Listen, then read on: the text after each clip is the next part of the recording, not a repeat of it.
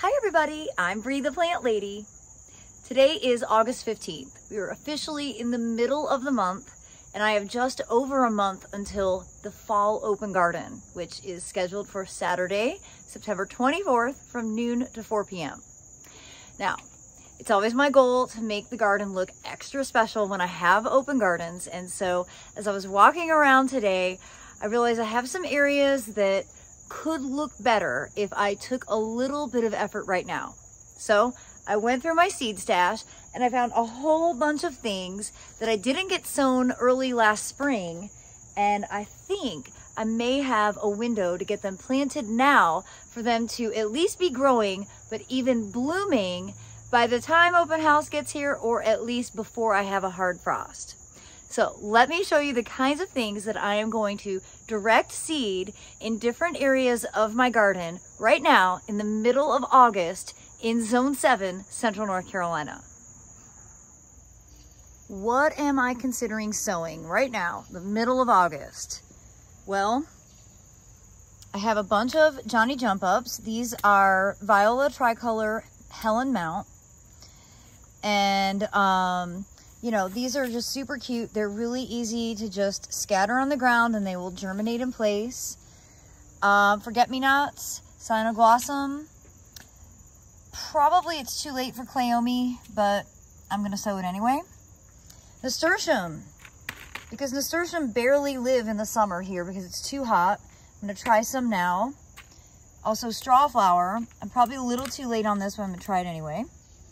What do I have to lose? Literally nothing. They're just taking up space in my seed refrigerator. Now, Salpiglossis is a plant that I don't have any experience growing.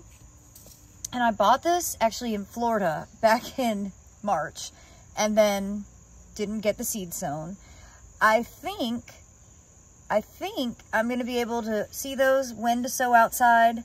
Sow in late summer or fall for cool season blooms. So this was my original motivation for making this video. Because I've never grown it before, I have no preconceived notions. I just want to see if it'll grow. I think the flowers look pretty cool. Same thing with Calendula. I've done Calendula as a fall plant in the past and it worked really well. For me, Calendula is it's just too hot in the summer. It won't make it through the summer season. So I am gonna take this advice, late summer for winter bloom. And my soil temperature is, you know, about 80 degrees, probably maybe even a little warmer than that. So they should germinate without any trouble. And Fava Beans. I meant to do these last year. I'm not gonna do them all. I'm just gonna do some. They prefer a long, cool season growing. A long, cool growing season. And, again, I can just learn from this. I have a feeling they're going to do really quite well. And if they don't, I'll save some and then I can sow them like in March when they probably normally would be sown here. Now, what really started this was I was just walking around thinking of all the little areas that I could toss in some colorful lettuce seeds. And of course, Wildfire is what I did in the winter last year. And actually I did it in the fall. And it was so beautiful. It was just so dynamic. And so I want to sow more of this. This is what I bought last year. It's fine because this is from Johnny's. This has been in the refrigerator, so I know it'll germinate. But this is all the lettuce seed that Savannah collected from the Wildfire mix. So I have my own seeds to sow as well. I also have some other varieties. Here's a romaine type called Paris Island. And then Buckley. These are from Harris Seeds. I bought these last year. I'm sure they'll germinate without trouble. And then I also have some cilantro that I would like to toss in some areas just to fill in some gaps and make it so that I have some cilantro to be able to harvest. So let me show you where I'm looking at putting these seeds so that you can examine your garden and see if you have any openings that would be appropriate for this kind of plant palette. So right here on my back patio, this bed, all of the zucchini got eaten by the squash borers. I pulled those out yesterday. I planted some coleus that had rooted in vases inside my house. So they look a little wilty, but they're just getting established. But you see all the open mulch space. And I don't like open mulch space. For one thing, the cats will dig in it and use it as a litter box. So I want to engage this ground plane. So I am going to rough up this existing mulch so that I can direct seed a handful of different things into this bed. So here in the feed tank bed, the coleus is like making all my dreams come true. Of course, the Asclepias looks awesome. I saw my first monarch just now, but I wasn't fast enough to get it on video. Milkweed bugs are all over the place, breeding in mass, but they don't really cause any damage, at least not to the basil that they're on. That's the amazel basil.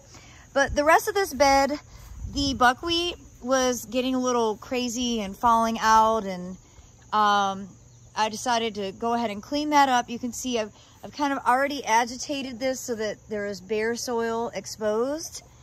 And this is a prime bed. Like, this is in the middle of the backyard, right off the back porch. So I want this bed to look really good for open garden. So I'm going to go ahead and do some direct seeding in here. So I also have, you know, some space here along this edge. And then I have some containers that aren't really being fully utilized. So I think this pot will be an ideal candidate for that wildfire lettuce mix. And then I have these containers where the tomatoes died from blight. See, I put all the healthy tomatoes to one side. And I have all of these pots that I can also sow some seeds in. So I'm going to take advantage of having this space accessible. It's easy to keep watered. And I'm going to do some seed sowing experiments. That way we can all learn something. Okay, I'm going to start here, and I'm going to do Nasturtium and Wildfire mix. Now the Nasturtium are larger seeds. I'll show you.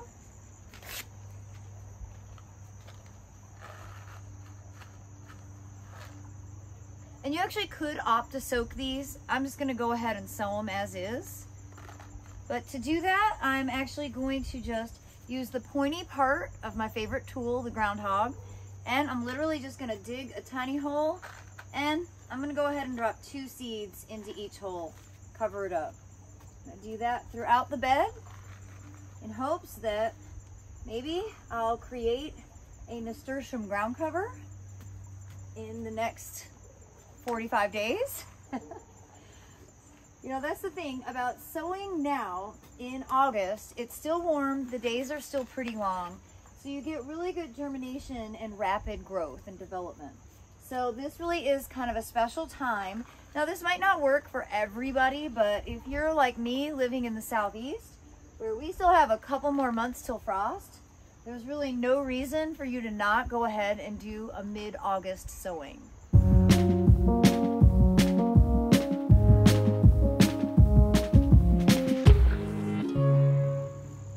So for direct sowing the lettuce mix, I'm just roughing up the soil lightly with my hands, of course with the help of Reggie.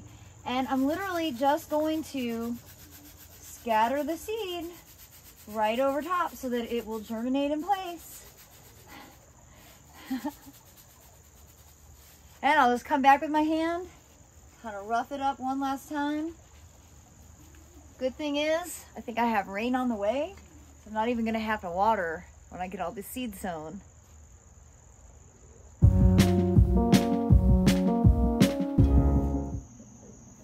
For this bed behind me, the feed tank bed, I've decided to go with Calendula Snow Princess and of course the Wildfire mix. But I want to show you what these seeds look like so that you fully understand the process of why you would direct seed versus starting these in trays and transplanting them. Because first of all, that takes longer. And you're gonna have a much stronger plant develop if you just direct seed it.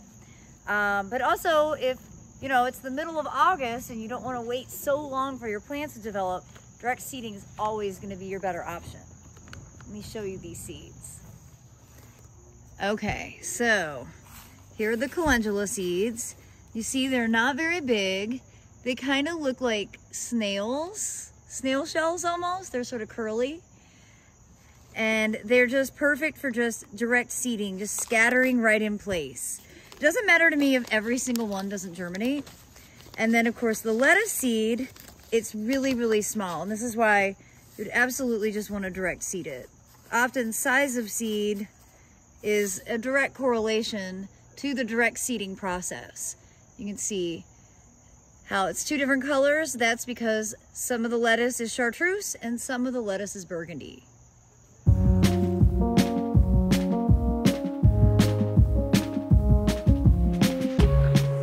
Remember, this direct seeding method can be in the ground or in containers like this one. It's kind of underutilized because the parsley has gotten mostly eaten. So I'm just going to scatter this seed in all the open spaces, just like that, and then agitate it around.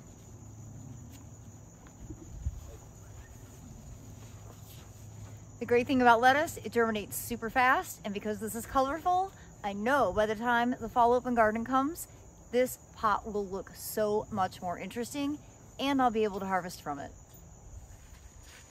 And for the pots right here along the fence line, I'm gonna do each type of calendula and the Salpiglossis. Hi, neighbor doggies. And I'm gonna go ahead and take some of my own advice, which I rarely do, and I'm actually gonna label the pots. That way I'll be able to know which variety is which. Super easy, should be self-explanatory, but sometimes I take shortcuts and then I'm like, I don't know what it is, I didn't label it. So, process again, super simple. I'm just gonna rough up the tops of these soil pots, just the top couple of inches, and then I'll get the label put in. That is this one, very colorful. Again, I have no experience with Salpiglossis. There's a lot of seed in here. I'm not gonna sow it all. I'm just gonna scatter, you know, a small portion around. And because that seed is really small, it's almost like a poppy seed. I'm not really even gonna bother covering it up. Just gonna let it be. Okay. Now, the Calendula seed, I've already showed you. It's significantly larger. So here's flashback, put that in here. Again, just rough up that soil. And then, I won't sow it all. I'm gonna put some of this in other parts of the garden. You can see, nice big seed. Scatter it like that. That way this pot will actually have something growing in it instead of just being dormant. Okay, I'm just gonna go down the line. Get something seeded in every single one of these.